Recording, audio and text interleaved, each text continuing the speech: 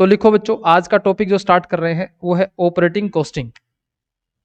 पहला topic, intro हमारा यहाँ पे कंप्लीट हो जाता है, टॉपिक स्टार्ट हो गया बच्चों, ऑपरेटिंग कॉस्टिंग।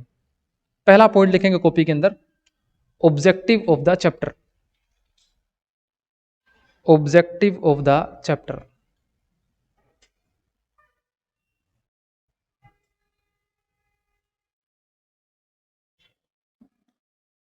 लिखना, in this chapter we will learn about how to calculate sale price of service. इस चैप्टर में हम ये जानेंगे कि अगर हमारी कंपनी सर्विस बेचती है तो सर्विस बेचने की सेल प्राइस निकालनी है। सेल प्राइस, सर्विस बेचने की सेल प्राइस निकालनी है। पॉइंट नंबर 2 लिखेंगे, how to calculate sale price of service. Service की सेल प्राइस में क्या क्या चीजें निकाली जाती हैं? तो एक तो total cost associated with service, copy में लिखना आपको ये चीजें, प्लस प्रॉफिट मार्जिन।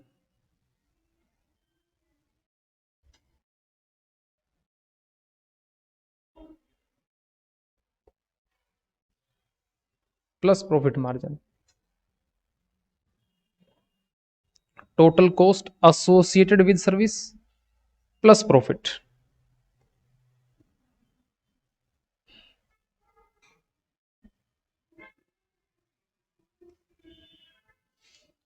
अब हमने कहा यार सर्विस तो दुनिया जहान की है, मिस्त्री भी सर्विस देता है ना, हलवाई भी सर्विस देता है, या इंटीरियर भी सर्विस देता है, दुनिया जहान की सर्विसेज है, हम किस किस की कॉस्ट निकालते फिरेंगे? तो इंस्टीट्यूट ने बोला देखो कुछ 5-7 सर्विस हैं, उन्हीं की आपको कॉस्टिंग निकालनी आनी चाहिए, बाकी की दुनिया जहान का कोई दिक्कत वाली बात नहीं है, इतना नहीं पढ़ना है। तो मैंने कहा what are the services covered in our CM exam. हमारे एग्जाम में बच्चों कितनी तरह की सर्विसेज हैं? तो पहला लिखेंगे ट्रांसपोर्ट इंडस्ट्री। ट्रांसपोर्ट इंडस्ट्री में 4 ट्रांसपोर्ट कंपनियां पढ़नी है अपने को।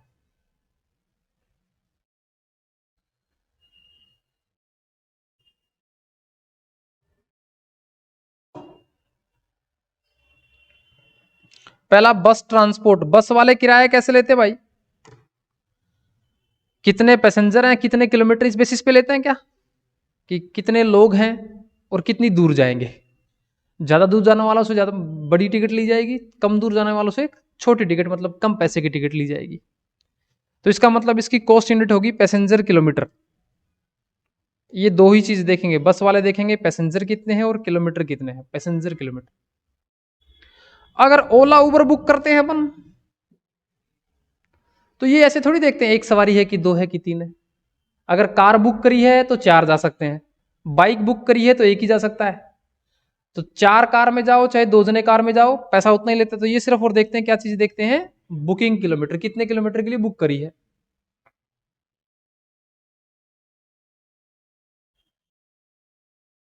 ट्रक वाले क्या देखते हैं भाई? ट्रक वालों के पीछे ना शायरियां लिखी हुई होती है, पता है क्या, पढ़ी है कभी आपने? बुरी नजर वाले तेरा मुंह काला, बुरी नजर वाले ऑपरेशन करवा ले, सुमित ते अमित दी गड्डी, है ना, ऐसा लिखा रहता है। गुड्स कैरियर आगे आगे लिखा रहता है। गुड्स का मतलब क्या होता है? सामान, है ना, पक्का ना? इंग्लिश में इसको क्या कहते हैं इंग्लिश में? गुड। गुड का मतलब अच्छा, है ना, अच्छा। और गुड्स का मतलब बहुत अच्छा। सिंगुलर और प्लूरल हो गया है ये। अभी जमाना में ऐसा ही होता है क्या रे? ट्रक पे लिखा रहता है गुड्स कैरियर। गुड्स का मतलब होता है बच्चों आइटम ऑफ ट्रेड, है ना। ये इंग्लिश है भाई, this is a very funny language. इसमें पता नहीं किसका क्या बन जाता है, बनता है कि नहीं बनता है। English don't comes to me, है ना, समझ में आ गया ना बात तुमको? तो बच्चों गुड्स ट्रांसपोर्ट जो है, गुड्स वाले जो बच्चे, ट्रक वाले देखते हैं कितना वजन है, कितनी दूर लेके जाना है। तो वजन है वो मापा जाता है किलो में माप लो या टन में माप लो या क्विंटल में माप लो, तो टन किलोमीटर भी हो सकता है, क्विंटल किलोमीटर भी हो सकता है। ठीक है।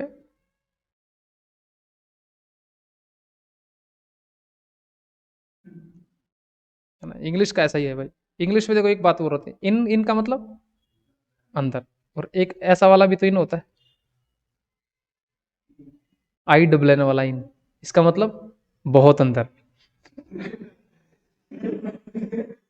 है ना, होता है कि नहीं होता। तो इंग्लिश ऐसी ही है भाई, इसलिए इंडिया में कम चलती है। तो बच्चे यहां पे goods transport ton kilometre. Aeroplane में गए हो क्या कभी, बैठे हैं एरोप्लेन में आप, ये सौभाग्य प्राप्त हुआ है आपको कभी एरोप्लेन में बैठने का। एरोप्लेन वाला किराया कैसा लेते हैं, कैसे लेते भाई किराया, ऐसे, है ना, ऐसे नहीं लेते, किराया लेते बच्चों पर ट्रिप के बेसिस पे। ऐसा थोड़ी होता है बीच में से बस को अपन बीच में रुकवा सकते, भाई साहब रोकना एक बार जरा, एरोप्लेन को नहीं रुकवा सकते। एरोप्लेन में दिल्ली से अगर आपने जयपुर की प्लेन बुक करी है तो आप बीच में अलवर नहीं उतर सकते। बस के केस में सुविधा है कि आप कहीं पे भी बीच में उतर सकते हैं। तो जो जो ये एरोप्लेन वाले किराए ना, ये पर ट्रिप बेसिस पे लेते हैं, एक सवारी के पर ट्रिप, जाने के और आने के अलग अलग रहेंगे। हमारे एग्जाम में इन 3 के क्वेश्चन तो हैं मॉड्यूल में, इन 3 इंडस्ट्रीज के क्वेश्चन आंसर तो करेंगे। एरोप्लेन के क्वेश्चन आंसर हमारे यहाँ पे नहीं है, बस सिलेबस में अगर थोड़ा सा जिक्र जरूर है, लेकिन इसकी इंपॉर्टेंट नहीं है ज्यादा इतना। हॉस्पिटल, कोरोना के अंदर सबसे ज्यादा पैसा किसने कमाया, समझ रहे हो आप तुम। तो हॉस्पिटल वाले अच्छा अच्छा पैसा कैसे कमाते हैं, तो हॉस्पिटल वाले बहुत तरह की सर्विस देते हैं, सीटी स्कैन करवा लो, खून की जांच करवा लो, है ना, यूरिन की जांच करवा लो, ब्लड की जांच करवा लो, दिमाग की जांच करवा लो, और उसके अलावा एक्सरे करने का अलग खर्चा, डॉक्टर का अलग खर्चा। तो मैंने कहा हॉस्पिटल के अंदर अनगिनत प्रकार की सर्विसेज होती हैं, लेकिन हम अब सभी प्रकार की सर्विस की कॉस्टिंग करने थोड़ी बैठेंगे। हमने कहा हम अगर यहाँ पे पेशेंट आके रूम बुक करता है या बेड बुक करता है, मतलब पेशेंट एडमिट होता है, तो एडमिट करने के क्या चार्जेस होंगे, हमको सीएमए इंटर में बस एडमिट के चार्जेस पढ़ने हैं, कि अगर बेड उसने अगर ऑक्यूपाई हुआ है, पेशेंट इन आया है, पेशेंट अंदर आ गया है, एडमिट हो गया है, तो बेड अगर उसने बुक कराया है तो उस बेड के कितने चार्ज होंगे, तो पर बेड पर डे या पर बेड डे बोल सकते हो आप, इस बेसिस पे चार्ज किया जाएगा।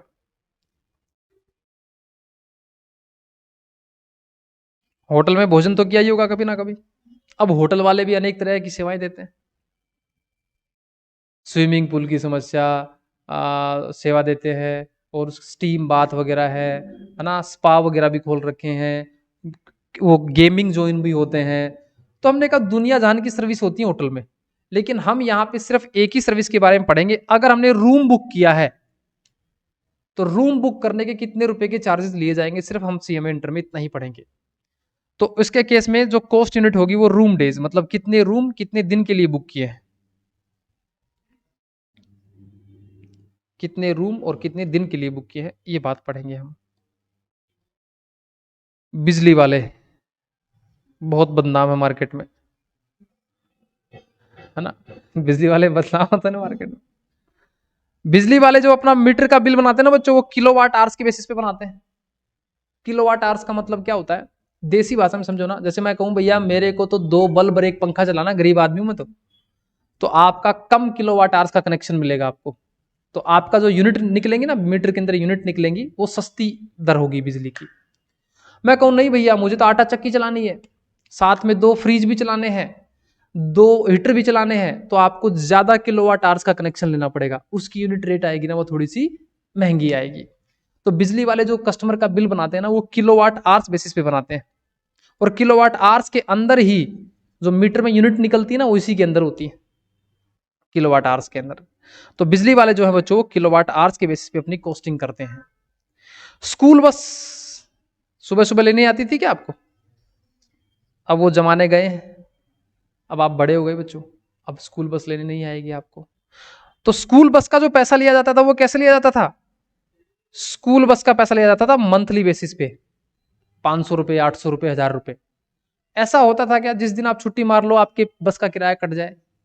नहीं, स्कूल वाले पूरा लेते थे। इवन दिवाली होली की छुट्टियों का भी पूरा लेते थे। तो हम यहाँ पे जो बस का किराया पढ़ेंगे बच्चों, वो पढ़ेंगे पर स्टूडेंट पर मंथ बेसिस पे पैसा लेते थे। सिनेमा, फिल्म देखने गए? लॉकडाउन के बाद कम हो गई है फिल्में। अभी पठान मूवी आने वाली है क्या? बहुत बहुत उसमें वो हो रखा आजकल, कंट्रोवर्शियल हो रखा है। क्या कारण है कंट्रोवर्सी के? उसमें गेहूं रंग यूज कर लिया हीरोइन ने, जो भगवान को हिंदुओं का अपमान हो गया है ना। अब हुआ है कि नहीं हुआ भाई, वो तो देखो अपना डिबेट नहीं है। हमने तो भैया यहाँ पे ये पता करना कि जो पठान मूवी देखने जाएगा उससे अगर वो बैठ के देखेगा सिनेमा हॉल में, तो उससे पर पर्सन पर शो के कितने रुपए लेने हैं, हम तो कॉस्टिंग बता सकते हैं। वो सही है कि गलत है, कंट्रोवर्सी क्या है क्या नहीं है, this is not our business. Okay, तो हम सिनेमा वालों की बात करें। अब तो सिनेमा वाले बीच में वो चाय पकौड़ी बेचते हैं बीच में महंगी, मैंने कहा उनकी कॉस्टिंग हम नहीं करेंगे, उनकी कॉस्टिंग अलग है। बाहर मरिंडा मिल जाती है 20-50 रुपए में, अंदर मिलती है वो कॉस्टिंग हमको नहीं आती है। हमने कहा यहाँ पे सिर्फ टिकट का प्राइस निकालेंगे। स्कूल में तो गए होगे पिकनिक करने, या स्कूल में ऐसे जरूर लिखा होगा आपने, ऐसे ऐसे समझते हैं आप, निबंध हाँ, स्कूल में स्कूल पिकनिक पे निबंध लिखा होगा, है ना। ज्यादातर चिड़ियाघर का ही लिखते थे बचपन में, कि स्कूल वाले इकट्ठे होकर कहाँ गए, चिड़ियाघर में, और लास्ट में टीचर को शेर खा गया बन गई पिकनिक। तो बच्चों पिकनिक पे लेके जाएंगे तो पिकनिक पे मंथली मंथली कुछ नहीं होता था, पर स्टूडेंट बेसिस पे चार्ज कलेक्ट करे जाते थे। और एक बात और बता दूं आपको, टीचर फ्री होते थे, स्टूडेंट से ही पैसा लिया जाता था, टीचर्स फ्री आते थे उसके अंदर। और टीचर्स की मौज होती थी, है ना। सभी बच्चों को ऐसे लाइन में ले जाना, लाइन में लेके आना। बचपन में गए होंगे पिकनिक में। तो बच्चों यहाँ पे भी कॉस्टिंग करेंगे। अगर स्कूल पिकनिक लेके जाना चाहे तो एक बच्चे से कितने रुपए लेने चाहिए? टोल टैक्स, आजकल इनका नाम फीस प्लाजा कर दिया है। टोल टैक्स बदनाम हो चुका है ना, ये नाम है ये थोड़ा सा बढ़िया नहीं है, इसलिए आज के नाम इनका कर दिया है फीस प्लाजा। तो बच्चों यहाँ पे जो पैसा लिया जाता है वो पर व्हीकल लिया जाता है ना, ऐसा पर मंथ मंथ का तो थोड़ी जुगाड़ होता है, पर व्हीकल, और जितनी बार भी आओगे उतनी बार आपको पैसा देना पड़ेगा। तो हमको हमारे सीएमए सिलेबस में इतनी सारी इंडस्ट्री पढ़नी है, ठीक है। इसमें से जो मेन इंपॉर्टेंट है ना, जो अपने सिलेबस के अंदर, 3 तो ये वाली और 3 ये वाली, लगभग ये 6 के ही सवाल ज्यादा मिलेंगे। बाकियों के इतने क्वेश्चन आंसर हमारे यहाँ पे नहीं है, जिक्र जरूर है लेकिन सवाल ज्यादा नहीं है। फिर बच्चों मैंने कहा कुछ इंस्टीट्यूशन और भी रह गए। बैंक भी तो सर्विस देता है, एटीएम चार्ज, ब्लैट बैंकिंग, है ना। पेटीएम भी सर्विस देते हैं ये। तो मैंने कहा बैंक भी देते हैं, फाइनेंशियल इंस्टीट्यूशन भी देते हैं, एजुकेशनल इंस्टीट्यूट कोचिंग वाले भी सर्विस देते हैं, लाइब्रेरी वाले भी सर्विस देते हैं, आईटी सेक्टर, इंश्योरेंस सेक्टर, ये भी तो सर्विस देते हैं। बच्चों कॉस्टिंग तो इनकी भी होती है, लेकिन ये सीए इंटर में दी हुई है, हमारे सीएमए इंटर में नहीं है, ये इनका जिक्र भी नहीं है। हालांकि सवाल अपन इनके भी कर सकते हैं, ऐसी बात नहीं है, अपने को आते इनके भी हैं, पर हमारा मेन प्रायोरिटी रहेगी ना वो ऊपर वाले जो इंडस्ट्री लिखी है उनके बारे में पढ़ना रहेगा। ये सीए इंटर वाले समय बचे तो डिस्कस कर लेंगे, नहीं तो नहीं करेंगे। ओके, तो इतनी बातें हमको पढ़नी है। तो अभी तक हमने क्या पढ़ा बच्चों? एक तो इंट्रोडक्शन पढ़ा। कितने चैप्टर पढ़ने हैं पेपर नंबर 8 में? 16 चैप्टर पढ़ने हैं, ठीक है। इसके 2 साडू भाई कौन कौन है? पेपर नंबर 9, पेपर नंबर 12, 8 वाले का ही कंटेंट उसमें यूज होगा। टोटल हमको पेपर नंबर 8 को पूरा करने में लगेगा 140 घंटे, जिसमें आईसीएमआई की बुक होगी और पास्ट ईयर के क्वेश्चन आंसर रहेंगे। संडे को टेस्ट वाला प्रोग्राम रहेगा। पहला टॉपिक का नाम हमने स्टार्ट कर दिया है ऑपरेटिंग कॉस्टिंग। चैप्टर का ऑब्जेक्टिव, सभी चैप्टर ऐसे ही पढ़ेंगे, सभी चैप्टर में सबसे पहला पॉइंट यही मिलेगा आपको, ऑब्जेक्टिव ऑफ चैप्टर। फाउंडेशन में भी ऐसा ही होता था, अपने हर चैप्टर का अपन ऑब्जेक्टिव सेट कर लेते थे क्या पढ़ना था। वैसे इंटर में भी हर चैप्टर का ऐसे सेट करेंगे ऑब्जेक्टिव क्या पढ़ना। इस चैप्टर में पढ़ना बच्चों सेल प्राइस निकालने किस चीज की? सर्विस की। अब सर्विस तो दुनिया जान की है, हमको इतनी सारी सर्विस पढ़नी, ठीक है। अब ये इतनी सारी जो सर्विस पढ़ेंगे इसमें कुछ कॉमन पॉइंट होंगे। देखो है तो सर्विस इंडस्ट्री, तो कॉस्टिंग का प्रिंसिपल तो लगभग सेम ही रहेगा, कैलकुलेशन तो सेम ही रहेंगी। हर एक कैलकुलेशन में सभी सर्विस की क्या निकालनी पड़ेगी?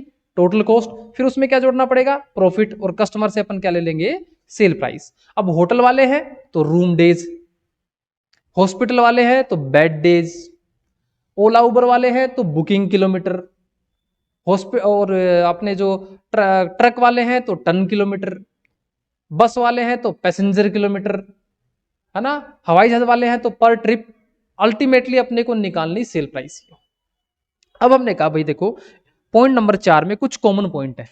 कॉमन पॉइंट का मतलब ऐसे कॉमन पॉइंट जो सभी इंडस्ट्री में अप्लाई होंगे, सारे कंसेप्ट जो सभी इंडस्ट्री में अप्लाई होंगे वो अपन लिखने जा रहे हैं। तो पॉइंट नंबर 4 की हेडिंग लिखो सभी बच्चे, some common points about service या operating costing. Some common points about service या operating costing. Total cost of service divided in 3 parts. 10 minute और पढ़ेंगे भाई, पढ़ लोगे ना, पहला दिन है, थोड़ा ज्यादा पढ़ा रहा हूँ, वैसे मैं इतना पढ़ाता नहीं पहले दिन।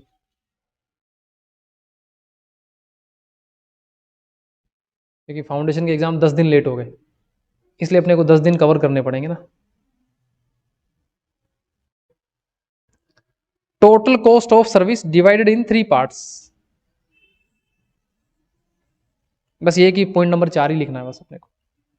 पहला लिखना है बच्चों इसके अंदर फिक्स्ड कॉस्ट, ब्रैकेट में लिखना है स्टैंडिंग चार्जेस। फिक्स्ड कॉस्ट या standing charges.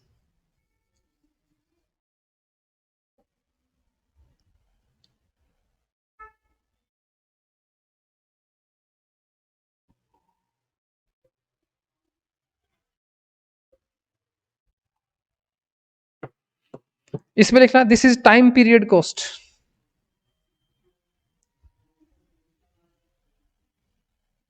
This is time period cost. नीचे लिखना example, rent per month, insurance per annum, salary per month etcetera.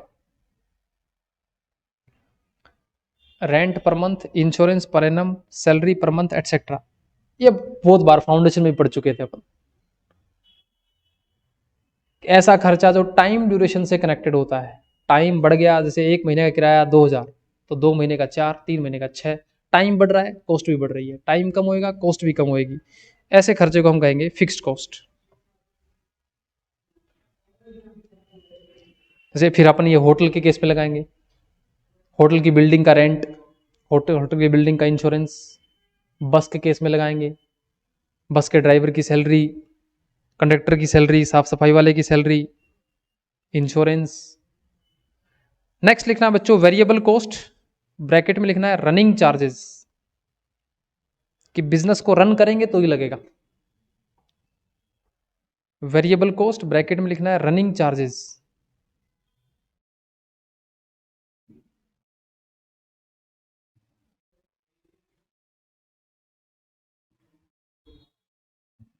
This is operating cost of service. Operating cost का मतलब service को perform करने की cost.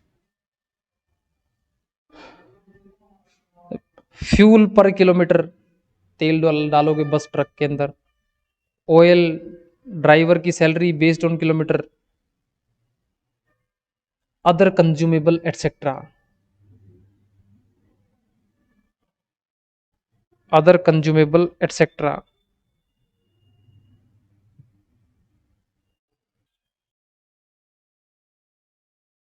Service को perform करने, मतलब सर्विस देंगे तो ही खर्चा लगेगा, अदरवाइज नहीं लगेगा।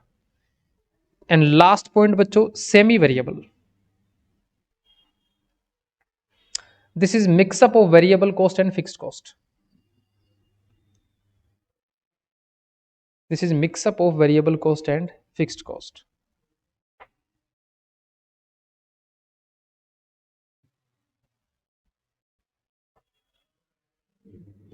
Example, repair maintenance of vehicle, tyre etcetera.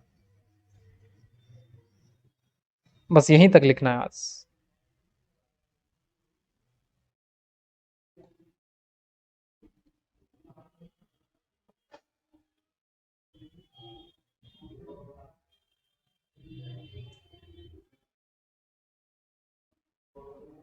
तो आज हमने क्या सीख लिया भाई, आज पहला दिन था, इंट्रोडक्शन कर लिया एक तो हमने, और चैप्टर स्टार्ट कर दिया है, क्योंकि 10 दिन हमारे थोड़े से बैच लेट हो रखा है।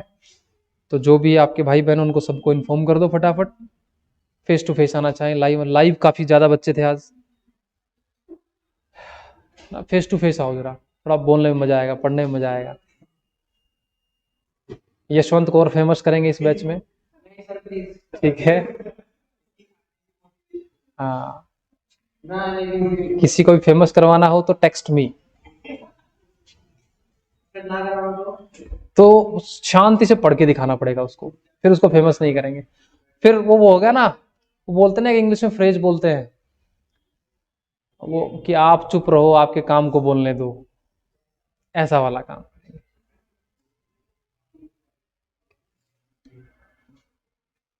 ओके बच्चों, तो कल पढ़ेंगे बच्चों इसके आगे, कुछ कॉमन पॉइंट और देखेंगे, है ना।